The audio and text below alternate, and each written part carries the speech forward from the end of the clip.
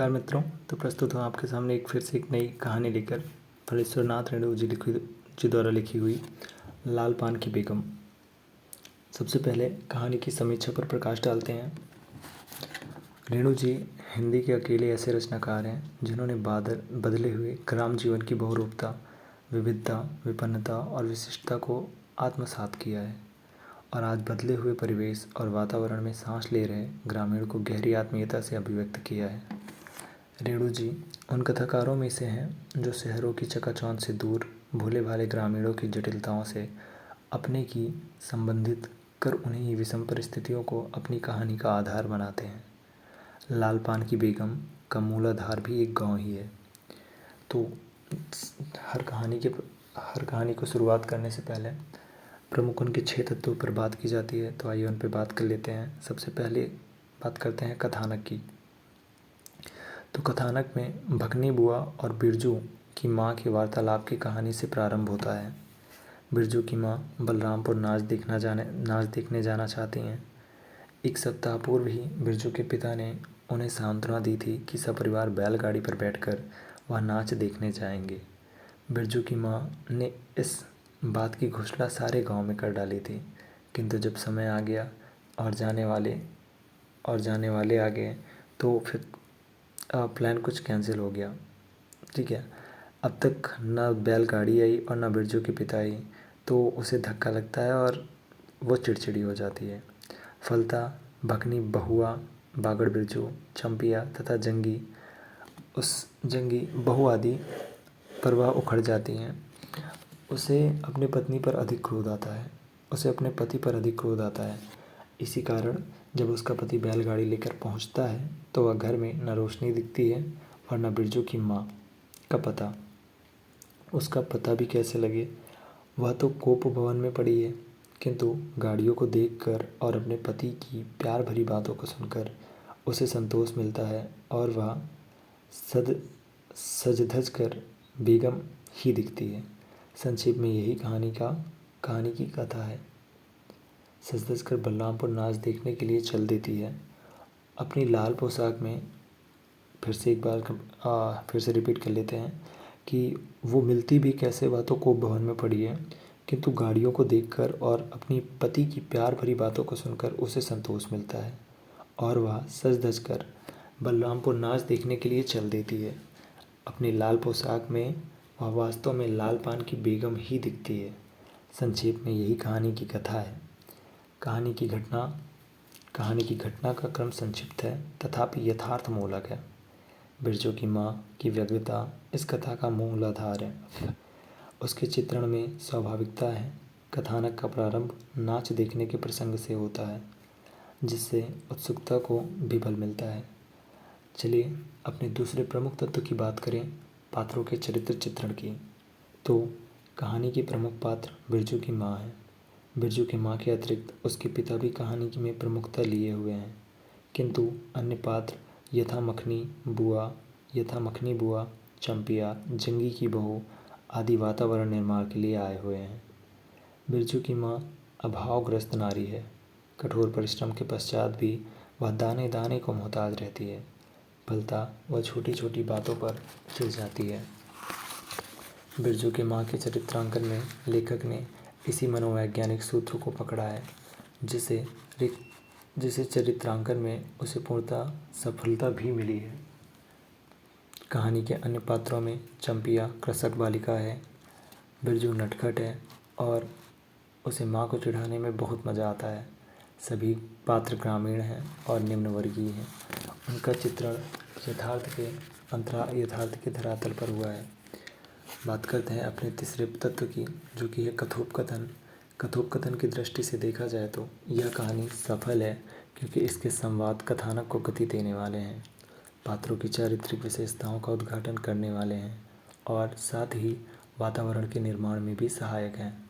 इस प्रकार हम देखते हैं कि संवाद छोटे, सरल, प्रभावपूर्ण, मार्मिक एवं स्वाभाविक हैं। वातावरण और देश काल की बात करें तो वातावरण ग्रामीण है। पूरी कहानी में ग्रामीण छटा देखने को मिलती है। पात्रों के नाम, उनके व्यवहार, उनकी वेशभूषा, उनका रहन सहन, बोलचाल आदि सभी ग्रामीण है। कथानक की हर घटना ग्रामीण है। देखिए, मड़ैया के अंदर बिरजू की माँ चटाई पर पड़ी करवटें ले रही थी। पहले से किसी बात का मंसूबा नहीं बांधना चाहिए किसी को। भगवान ने मंसूबा तोड़ दिया। उसको सबसे पहले भगवान से पूछना है, यह किस चूक का फल दे रहे हो भोले बाबा। अपने जानते उसने फिर किसी देवता पितर की मान मनौती बाकी नहीं रखी। सर्वे के समय जमीन के लिए जितनी मनौतियाँ की थी, ठक हो तो महावीर जी की रीट बाकी है। यारे देव, भूल चूक माफ़ करो महावीर बाबा। मनौती दूर करके चढ़ाएगी बिरजू की माँ, ऐसी मनौतियाँ मनाती हैं। भाषा शैली की बात करें तो भाषा पर आंचलिकता की छाप है, फिर भी वह भावानुकूल व प्रभावपूर्ण है। स्थानीय बोली के शब्दों ने भाषा को सजीवता प्रदान की है। उर्दू शब्दों ने उसके आकर्षण को बढ़ाया है। अंग्रेजी के शब्दों और लोकोक्तियों ने उसने जीवंतता और प्रभावपूर्णता दी है। घटनाओं को यथार्थ बनाने के लिए भाषा ने अपशब्द का प्रयोग भी देखने को मिलता है तथा साथ ही ग्रामीण बोली के अनुरूप कुछ अपभ्रंश के शब्दों की भी वानगी मिल जाएगी। विशेषता की बात करते हैं, काव्य प्रयोजन या उद्देश्य की, इस रचना के उद्देश्य की बात करते हैं तो रेणु जी ने प्रस्तुत कहानी के माध्यम से मध्यम वर्गीय नारी की मना स्थिति को उभारा है और साथ ही पारिवारिक समस्याओं का उद्घाटन कर शिक्षण प्रवृत्ति को भी उजागर करने का प्रयास किया है। इन्होंने ग्रामीण जीवन की झांकी उपस्थित कर उनकी दिक्कतों कठिनाइयों को चित्रित करने का प्रयास किया है। आगे ये रहा सारांश और कथा शैली, कथोपकथन, कथानक, भाषा शैली, उद्देश्य और अन्य बातों पर चर्चा। चलिए पढ़ते हैं इस संपूर्ण कहानी को। क्योंकि बिरजू की माँ नाच देखने जाएगी क्या। बिरजू की माँ शकरकंद उबाल कर बैठी मन ही मन में कुढ़ रही थी अपने आंगन में। 7 साल का लड़का बिरजू शकरकंद के बदले तमाचे खाकर आंगन में लोट पोट कर सारी देह मिट्टी में मल रहा था। चंपिया के सिर भी चुड़ैल मंडरा रही है। आधे आंगन धूप रहते जो गई है सगुआन की दुकान छोवा गुड़ लाने, सो अभी तक नहीं लौटी। दिया बाती की बेला हो गई। आज लौट के जरा। बागड़ बकरी की देह में कुकुर माछी लगी थी, इसलिए बेचारा बागड़ रह रहकर कूद फांद रहा था। बिरजू की माँ बागड़ पर मन का गुस्सा उतारने का बहाना ढूंढ कर निकाल चुकी थी। पिछवाड़े की मिर्ची की फूली गाछ बागड़ के सिवा और किसने कलेवा किया होगा। बागड़ को मारने के लिए वह मिट्टी का ढेला उठा चुकी थी कि पड़ोसिनी मखनी फुआ की पुकार सुनाई पड़ी, क्यों बिरजू की माँ नाच देखने ना जाएगी क्या। बिरजू की माँ के आगे नाथ ना पीछे पगहिया हो तब ना फुआ। गरम गुस्से में बुझी नुकीली बात फुआ की देह में धंस गई और बिरजू के माँ ने हाथ के ढेले को पास ही फेंक दिया। बेचारा बागड़ को कुकुर माछी परेशान कर रही है। आहा हाय, आय हाय, हर्र हर्र, आय हाय। बिरजू ने लेटे ही लेटे बागड़ को एक डंडा लगा दिया। बिरजू की माँ की इच्छा हुई कि जाकर उसी डंडे से बिरजू का भूत भगा दे, किंतु नीम के पास खड़ी पनभरिणियों की खिलखिलाहट सुनकर रुक गई। बोली, ठहर, तेरे बप्पा ने बड़ा हथछुटा बना दिया है, तुझे बड़ा हाथ चलता है लोगों पर, ठहर। मखनी पुआ नीम के पास झुकी कमर से घड़ा उतार कर पानी भर कर लौटती पनभरनियों में बिरजू की माँ की बहकी हुई बात का इंसाफ करा रही थी। जरा देखो तो इस बिरजू की माँ को। 4 मन पाट जूट का पैसा क्या हुआ है, धरती पर पाँव ही नहीं पड़ते। निसाफ करो।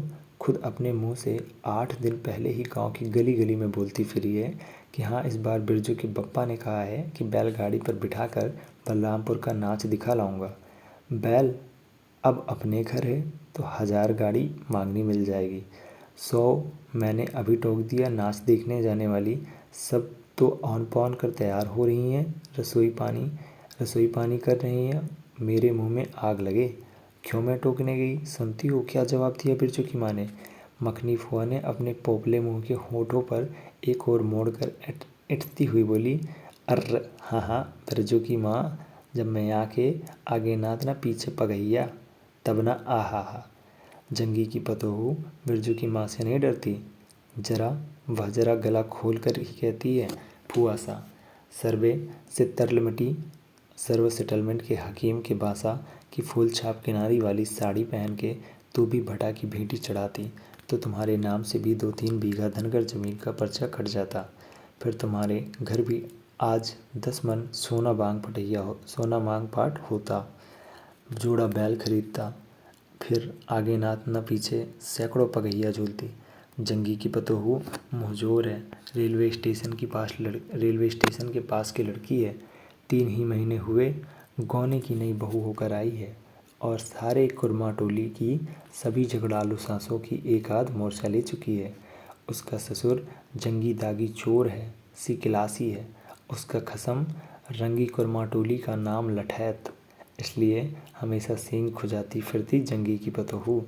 बिरजू की माँ के आंगन में जंगी की पतोहू की गला खोल बूजी गुलेल की गुलियों की तरह दनदनाती हुई आई थी।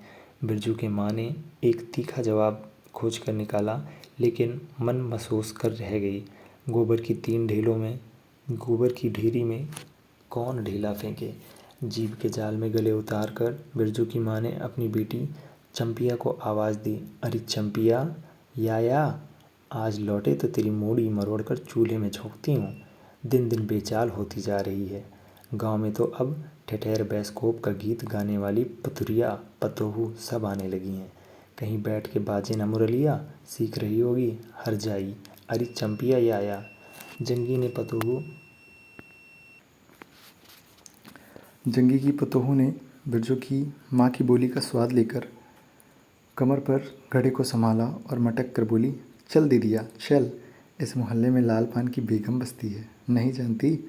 दोपहर दिन और चौपहर रात बिजली की बत्ती भक कर जलती है। भक भक बिजली बत्ती की बात सुनकर ना जाने क्यों सभी खिलखिलाकर हंस पड़ी। फुआ की टूटी हुई दंत पंक्तियों के बीच में से एक मीठी गाली निकली, शैतान की नानी। बिरजू की माँ की आंखों पर मानो किसी ने तेज टॉर्च की रोशनी डालकर चौंधिया दिया हो। भग भग बिजली बत्ती। 3 साल पहले सर्वे कैंप के बाद गांव की जलनडाही औरतों ने एक कहानी गढ़ के फैलाई थी। चंपिया की माँ के आंगन में रात भर बिजली बत्ती भुकभुकाती थी।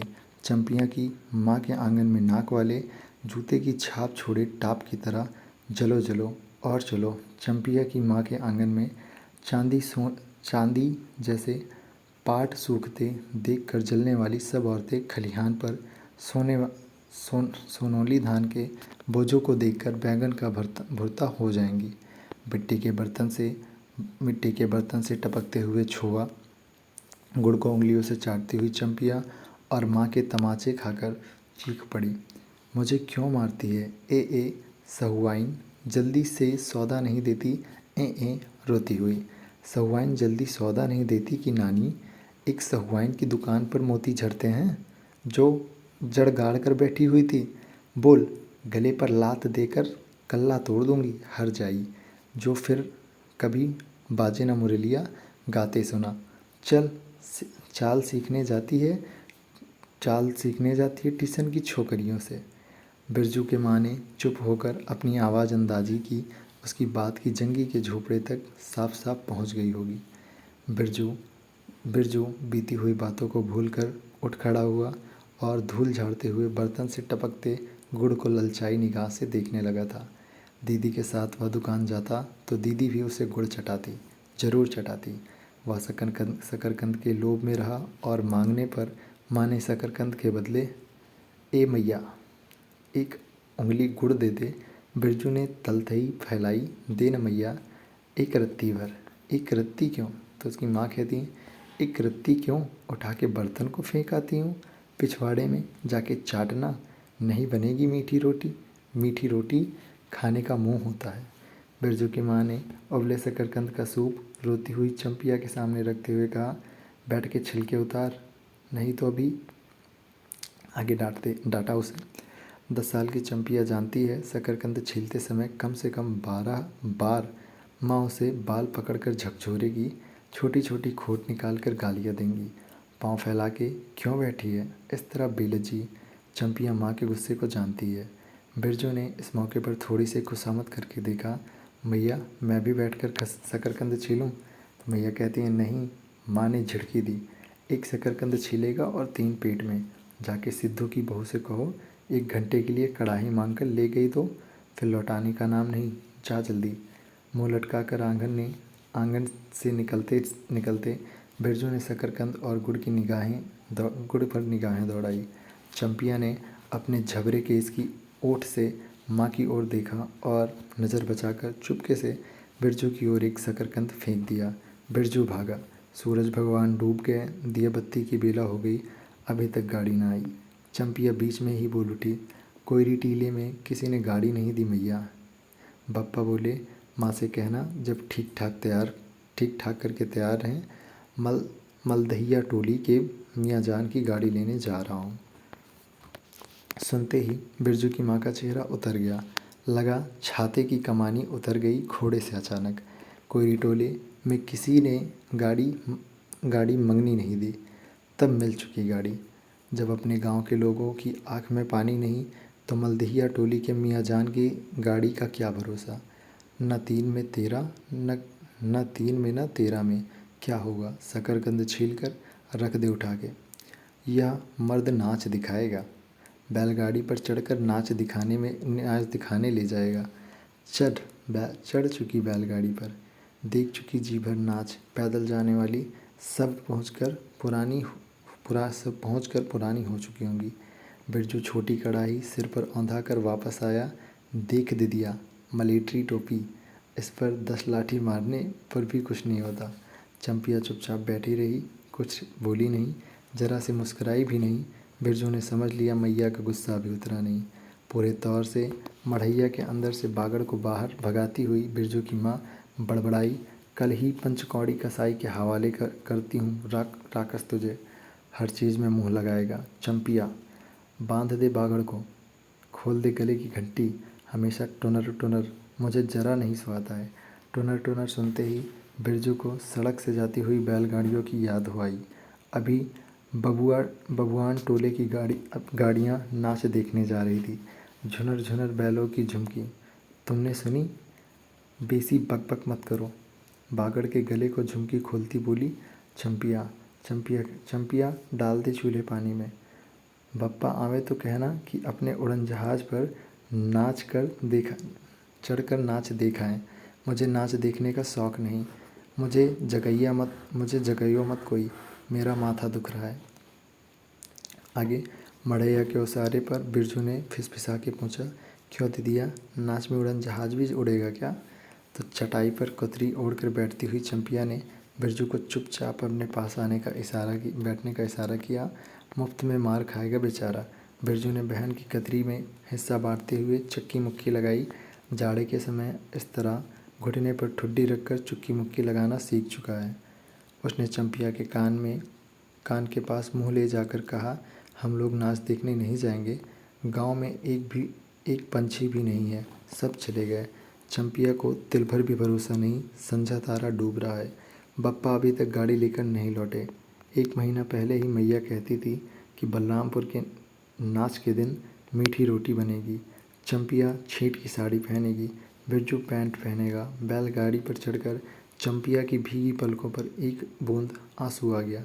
बिरजू का दिल भर आया। उसने मन ही मन में इमली पर रहने वाले जिन बाबा को एक बैंगन कबूला। गाछ का सबसे पहले बैंगन उसने खुद जिस पौधे को रोपा है। गाड़ी से जल्दी लेकर बप्पा को भेज दो जिन बाबा, ऐसा उसने कहा। मढ़ैया के अंदर बिरजू की माँ चटाई पर पड़ी करवटें ले रही थी। पहले से किसी बात का मंसूबा नहीं बांधना चाहिए किसी को, ऐसा विचार कर रही थी बिरजू की माँ। भगवान ने मंसूबा तोड़ दिया। सबको सबसे पहले भगवान से पूछना है, यह किस चूक का फल दे रहे हो भोले बाबा? अपने जानते उसने किसी देवता पितर की मान मनौती बाकी नहीं रखी। सर्वे के समय ज़मीन के लिए जितनी मनौतियाँ की थी, ठीक ही तो महावीर जी का रोट भी तो बाकी है। हाय रे देव, भूल चूक माफ़ करो महावीर बाबा, मनौती दूनी करके चढ़ाएगी बिरजू की माँ। बिरजू की माँ के मन में रह रहकर जंगी की पतोहों की बातें चुभती हैं। भक भक बिजली बत्ती, चोर चमारी करने वाली की पतोहू बेटी पतोहू जलेगी नहीं। 5 बीघा ज़मीन क्या हासिल की है बिरजू के बप्पा ने। गांव की भाई खोयों की आंखों में किरकिरी पड़ गई है। खेत में पाट लगा देखकर के लोगों की छाती फटने लगी। धरती फोड़कर पाट लगाए। बैसाखी बादलों की तरह उमड़ते आ रहे हैं पाट के पौधे। तो अलान तो फलान, इतनी आँखों की धार भला फसल से है। जहाँ 15 मन पाट होना चाहिए, सिर्फ 10 मन पाट काटा पर तौल के ओजन हुआ भगत के यहाँ। इसमें जलने की क्या बात है भला। बिरजू के बप्पा ने तो पहले ही कुरमा टोली के एक एक आदमी को समझा के कहा, जिंदगी भर मजदूरी करते रह जाओगे, सर्वे का समय हो रहा है, लाठी खड़ी करो तो 2-4 बीघे ज़मीन हासिल कर सकते हो। सो गांव की किसी पुतखौकी का भतार सर्वे के समय बाबू साहब के खिलाफ तो खासा भी नहीं। बिरजू के बप्पा को कम सहना पड़ा है। बाबू साहब गुस्से से सर्कस नाच के बाघ की तरह उमड़ते हुए गए। उनका बड़ा बेटा घर में आग लगाने की धमकी देकर गया। आखिर बाबू साहब ने अपने छोटे लड़के को भेजा। बिरजू की माँ को मौसी कह के पुकारा। यह ज़मीन बाबूजी ने मेरे नाम से खरीदी थी। मेरी पढ़ाई लिखाई उसी ज़मीन की उपज से चलती है। और भी कितनी बातें खूब मोहना जानता है। उतना जरा सा लड़का जमींदार का बेटा है कि आगे चंपिया से कहती हैं, चंपिया बिरजू सो गया क्या? यहाँ आ जरा बिरजू, अंदर तू भी आजा चंपिया, भला आदमी आए तो एक बार आज। बिरजू के साथ चंपिया अंदर चली गई। ढिबरी बुझा दे, कहती हैं, ढिबरी बुझा दे, बप्पा बुलाएं तो जवाब मत देना, खपच्ची गिरा दे। भला आदमी रे, भला आदमी। मुँह देखो जरा इस मर्द का। बिरजू की माँ दिन रात मंझा ना देती रहती तो ले चुके थे ज़मीन। रोज़ आकर माथा पकड़ कर बैठ जाएं, मुझे ज़मीन नहीं लेनी है। बिरजू की माँ मजदूरी ही अच्छी जवाब देती थी। बिरजू की माँ खूब सोच समझ कर छोड़ दो। जब तुम्हारा कलेजा ही स्थिर नहीं होता तो क्या होगा। जोरू ज़मीन जोर के, नहीं तो किसी और के। बिरजू के बाप पर बहुत तेज़ी से गुस्सा चढ़ता ही जाता है। आगे बिरजू की माँ का भाग ही खराब है जो ऐसे गोबर गणेश घरवाला उसे मिला। कौन कौन शौक मौज दिया है उसके मर्द ने। कोल्हू के बैल की तरह खटकर सारी उम्र काट दी। इसके यहाँ एक भी पैसे की जलेबी भी लाकर न दी है इन्होंने, कसम से। पाट का दाम भगत के यहाँ से लेकर बाहर ही बाहर बैल हट्टा चले गए। बिरजू की माँ को एक बार भी नामरी लोट दिखाने का नाम नहीं दिया आँख से। बैल खरीद लाए, उसी दिन गांव में ढिंढोरा पीटने लगे। बिरजू की माँ इस बार बैलगाड़ी पर चढ़कर जाएगी नाच देखने। दूसरे की गाड़ी के भरोसे नाच दिखाएगा। अंत में उसे अपने आप पर क्रोध हो आया। वह खुद भी कुछ कम नहीं, उसकी जीभ में आग लगे।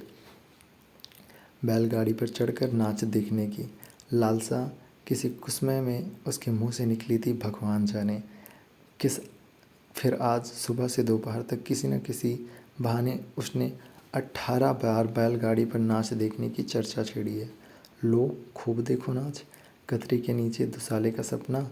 कल भोरे पानी भरने के लिए जब जाएगी, पतली जीभ वाली पतुरिया सब हंसती जाएंगी। सभी जलते हैं उससे। हाँ भगवान, दाढ़ी 4 भी। 2 बच्चों की माँ होकर वह जस की तस है। उसका घरवाला उसकी बात में रहता है। वह बालों में गरी का तेल डालती है। उसकी अपनी ज़मीन है, किसी के पास घूर ज़मीन भी इस गांव में। जलेंगे नहीं, 3 बीघे में धान लगा हुआ है। अगहनी लोगों की बिखटीद से बचे तो बचे कैसे। आगे बाहर बैलों की घंटियाँ सुनाई पड़ी। तीनों सतर्क हो गए, उत्कर्ण होकर सुनते रहे। अपने ही बैलों की घंटी है क्यों रे चंपिया, उनकी बिरजू की माँ पूछती हैं। चंपिया और बिरजू ने प्रायः एक ही साथ कहा,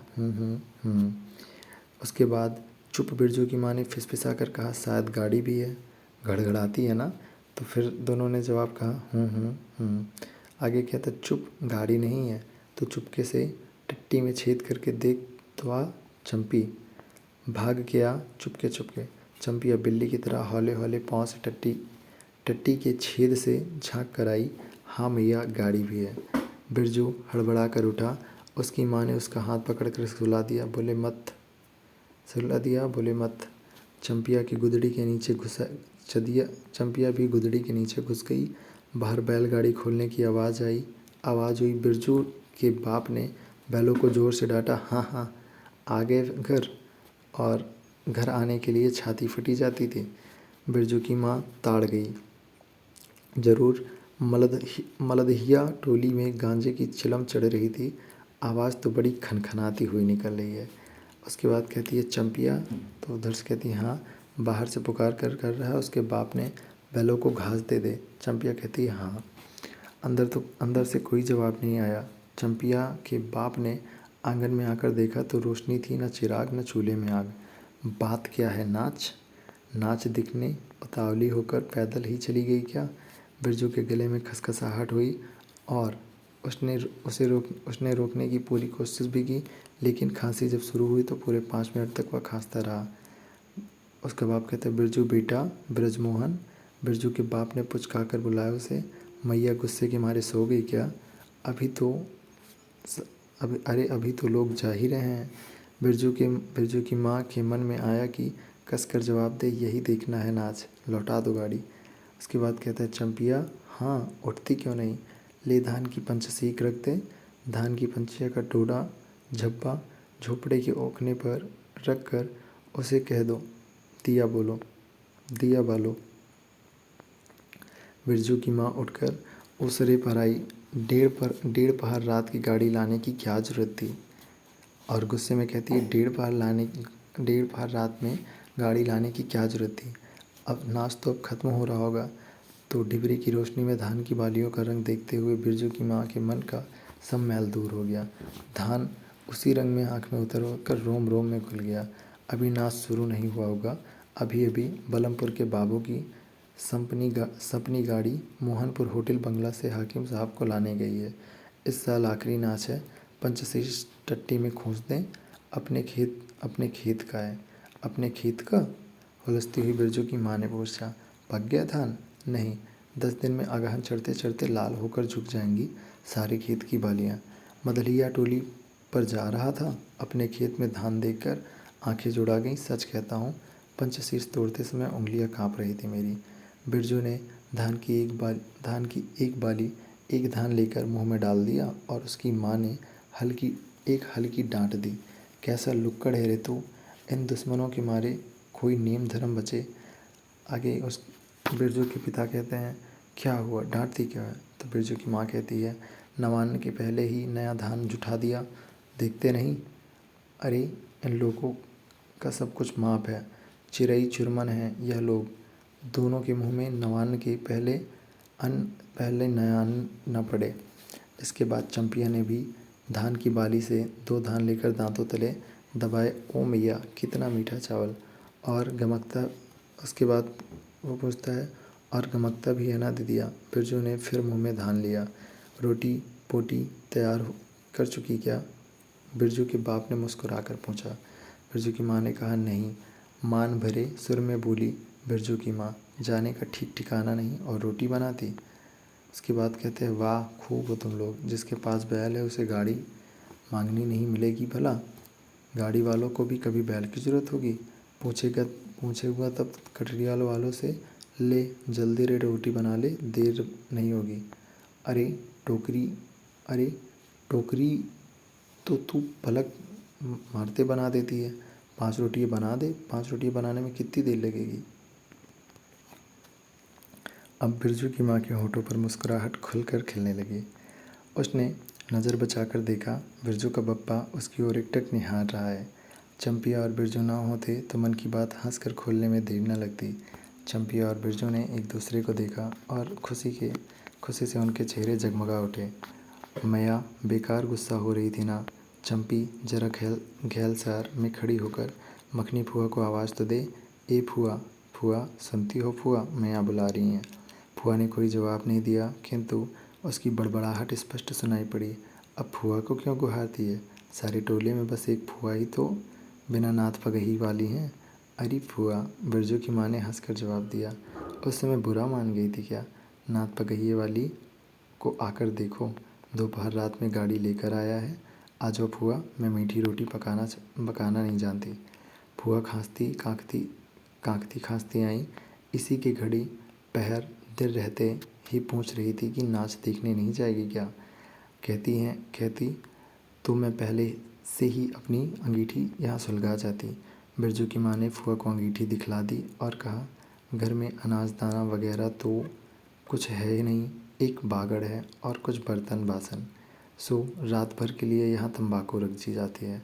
अपना हुक्का तो ले आई हो ना फुआ? फुआ को तंबाकू मिल जाए तो रात भर क्या 5 रात बैठकर जाग सकती हैं। फुआ ने अंधेर में टटोलकर तंबाकू का अंदाज किया। ओहो, हाथ खोलकर तंबाकू रखा है बिरजू की माँ ने, और एक वाह है सहुआइन, राम कहो। उस रात को अफीम की गोली की तरह एक मटर भर तंबाकू रखकर चली गई। गुलाब बाग मिले और कह गई कि डिब्बी भर तंबाकू है। बिरजू की माँ चूल्हा सुलगाने लगी। चंपिया ने शकरकंद को मसल कर गोले बनाए और बिरजू सिर पर कड़ाही औंधाकर अपने बाप को दिखलाने लगा। मलेटरी टोपी, इस पर 10 लाठी मारने पर भी कुछ नहीं होगा। सभी ठठाकर हंस पड़े। बिरजू की माँ हंसकर बोली, ताके पर 3-4 मोटे शकरकंद हैं, दे दे बिरजू को चंपिया, बेचारा शाम से ही कह रहा कि मैया कुछ कह दो, खूब साच आ रहा है। अब चंपिया चहकने लगी। तुम क्या जानो कथरी के नीचे मुंह क्यों चल रहा था बाबू साहब का, ही। बिरजू के टूटे दूध के दांतों से फाँक से बोली निकली, ब्लैक मार्टिन में 5 शकरकंद खा लिया, हा। फिर सभी ठहाकर हंस पड़े। बिरजू की माँ ने फुआ का मन रखने के लिए पूछा, एक कनवा गुड़ है, आधा दूँ क्या? फुनवा ने गदगद होकर कहा, अरे शकरकंद तो खुद मीठा होता है, उतना क्यों डालेगी? जब दोनों बैल दाना घास खाकर एक दूसरे की देह को जीभ से चाटे, बिरजू की माँ तैयार हो गई। चंपिया ने छीट की साड़ी पहनी और बिरजू पटन के अभाव में पैंट पर पटसन की डोरी बंधवाने लगा। बिरजू की माँ ने आंगन से निकल गांव की ओर कान लगाकर सुनने की चेष्टा की। इतनी देर तक भला पैदल जाने वाले रुके रहेंगे? पूर्णिमा का चांद सर पर आ गया है। बिरजू ने अपनी असली रूपा का मंगटिक्का पहना है। आज पहली बार बिरजू के बप्पा को हो क्या गया है। गाड़ी जोतता क्यों नहीं, मुख की ओर एकटक देख रहा है, मानो नाच की लाल पान की। गाड़ी पर बैठते ही बिरजू की माँ की देह में एक अजीब गुदगुदी लगने लगी। उसने बाँस की बल्ली को पकड़ कर कहा, गाड़ी पर अभी बहुत जगह है, जरा दाहिनी सड़क से गाड़ी हाँकना। बैल जब दौड़ने लगे और पहिया जब चूं चूं करके घरघराने लगा तो बिरजू से रहा नहीं गया। उड़न जहाज की तरह उड़ाओ बप्पा, बिरजू कहने लगा। गाड़ी जंगी के पिछवाड़े पहुंची। बिरजू की माँ ने कहा, जरा जंगी से पूछो ना, उसकी पतोहू नाच देखने चली गई क्या? गाड़ी के रुकते ही जंगी के झोपड़े से आती हुई रोने की आवाज़ स्पष्ट हो गई। बिरजू के बप्पा ने पूछा, अरे जंगी भाई, काहे कन रोते हो आंगन में? जंगी घूर ताप कर रहा था। बोला, क्यों पूछते हो रंगी, बलरामपुर से लौटा नहीं, पतोहिया नाच देखने कैसे जाए?